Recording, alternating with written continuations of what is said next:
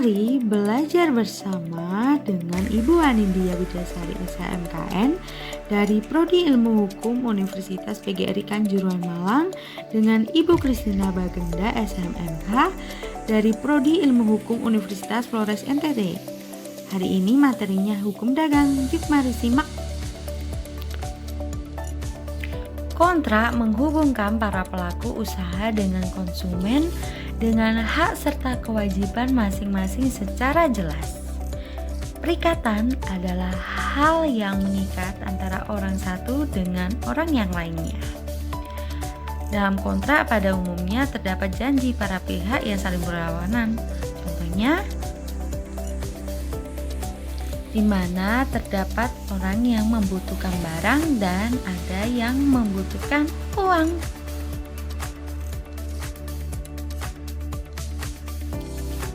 Kontrak biasanya berbentuk tertulis. Setiap kontrak menimbulkan hukum. Dalam pasal 1313 BW, persetujuan atau perjanjian adalah suatu perbuatan hukum di mana seorang atau lebih mengikatkan dirinya terhadap satu orang atau lebih. Dalam pasal 1239 BW, perikatan ketika tidak menyelesaikan kewajibannya akan diberikan biaya ganti rugi maupun bunga. Pasal 1320 BW menyatakan syarat sahnya perjanjian yang pertama adalah sepakat.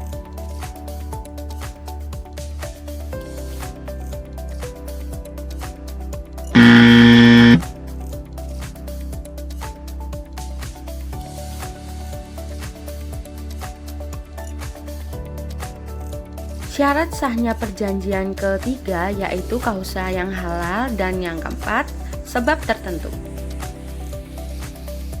Apa sih yang dimaksud dengan kata sepakat? Sepakat adalah kesesuaian antara para pihak untuk menerima atau menyetujui. Bagaimana cara yang dilakukan sebagai terjadinya kesepakatan? Kesepakatan bisa melalui lisan dengan bahasa kita sehari-hari ataupun tertulis. Tertulis bisa dibuktikan dengan akta di bawah tangan atau akta otentik. Apa sih perbedaan dari akta di bawah tangan dengan akta otentik? Akta di bawah tangan yaitu akta yang dibuat oleh para pihak tanpa melibatkan pejabat yang berwenang seperti notaris atau PPAT. Akta otentik yaitu akta yang dibuat oleh atau di hadapan para pejabat berwenang. Cacat kehendak dalam sepakat. Yang pertama, paksaan. Paksaan ini bisa berupa kekerasan jasmani atau ancaman. Yang kedua adalah kekeliruan apabila salah satu pihak khilaf tentang salah satu pokok yang dipersyaratkan dalam perjanjian. Yang ketiga, penipuan dengan sengaja memberikan keterangan palsu atas fakta dalam hubungan kontrak. Selanjutnya adalah cakap. Cakap menurut pasal 330 KUH PER adalah seorang yang telah dewasa apabila telah berumur 21 tahun dan telah kawin. Seseorang yang telah ditaruh dalam pengampuan karena boros dapat melakukan yang pertama, membuat surat wasiat dan hal tersebut tercantum dalam pasal 446 KUH PER. Yang kedua, melakukan perkawinan pasal 452 KUH Perdata. Istri cakap bertindak dalam hukum dalam hal apa sajakah itu? Yang pertama, dituntut dalam perkara pidana menuntut perceraian perkawinan, pemisahan meja dan ranjang, serta menuntut pemisahan harta kekayaan pasal 111 KUH PER. Yang kedua, membuat surat wasiat. Hal tersebut tercantum dalam pasal 118 KUH PER. Apa sih yang dimaksud dengan suatu hal tertentu dalam syarat perjanjian?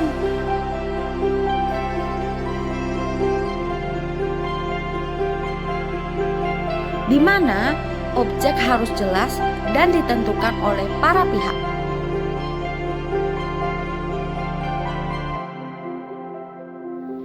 Objek perjanjian yang dimaksud ini adalah prestasi. Objek kontrak bisa berupa barang ataupun jasa.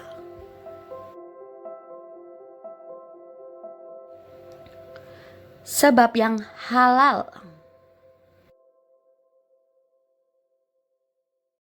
Suatu perjanjian dikatakan mempunyai sebab terlarang ketika ia bertentangan dengan yang pertama, yaitu bertentangan dengan undang-undang.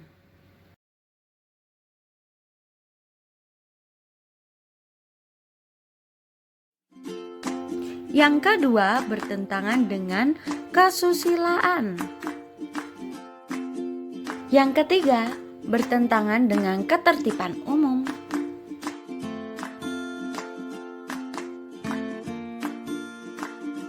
Syarat sahnya perjanjian terdapat syarat subjektif dan objektif.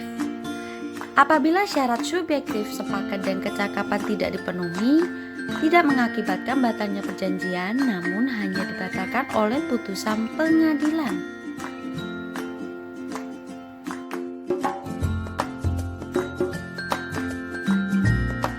Sedangkan syarat objektif hal tertentu sebab halal tidak dipenuhi, maka perjanjian batal demi hukum dan dianggap tidak pernah ada.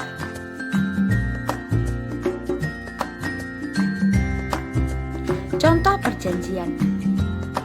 Yang pertama adalah kontrak jual beli. Kontrak jual beli ini, seorang penjual wajib menyerahkan barang dagangannya kepada pembeli yang telah membayar harga yang telah disepakati. Kemudian, setelah melaksanakan prestasi berupa penyerahan barang, pembeli akan memberikan uang pembayaran terhadap harga yang telah disepakati. Contoh yang kedua adalah kontrak kerja. Seorang pemilik perusahaan X mempekerjakan karyawan Y. Si X memberi tugas kepada Y untuk mengelola perusahaannya. Si Y melaksanakan tugas berupa keahlian dalam mengelola perusahaan. Sehingga perusahaan X membayar gaji terhadap Y. Bagaimana berakhirnya perjanjian? Yang pertama, ditentukan oleh para pihak berlaku untuk waktu tertentu. Yang kedua, undang-undang menentukan batas berlakunya perjanjian. Ketiga, para pihak atau undang-undang menentukan bahwa dengan terjadinya peristiwa tersebut, maka persetujuan akan dihapus. Yang keempat, keadaan memaksa. Keadaan memaksa adalah suatu keadaan di mana debitur tidak dapat melakukan prestasinya karena kreditur disebabkan oleh kejadian gempa bumi, banjir. Keadaan memaksa dibedakan menjadi dua macam, yaitu keadaan memaksa absolut dan keadaan memaksa relatif. Keadaan memaksa absolut adalah suatu keadaan di mana debitur sama sekali tidak dapat memenuhi perutangannya dikarenakan bencana. Akibat keadaan memaksa absolute force majeure, debitur tidak perlu membayar ganti rugi. Keadaan memaksa yang relatif adalah keadaan yang tidak mengakibatkan beban resiko apapun, hanya masalah waktu pelaksanaan hak dan kewajiban kreditur dan debitur. Yang kelima, yaitu pernyataan menghentikan persetujuan yang dapat dilakukan oleh kedua belah pihak atas salah satu pihak pada perjanjian bersifat sementara. Yang keenam adalah putusan hakim. Yang ketujuh adalah tujuan perjanjian yang tercapai, dan yang ke-8 yaitu persetujuan para pihak.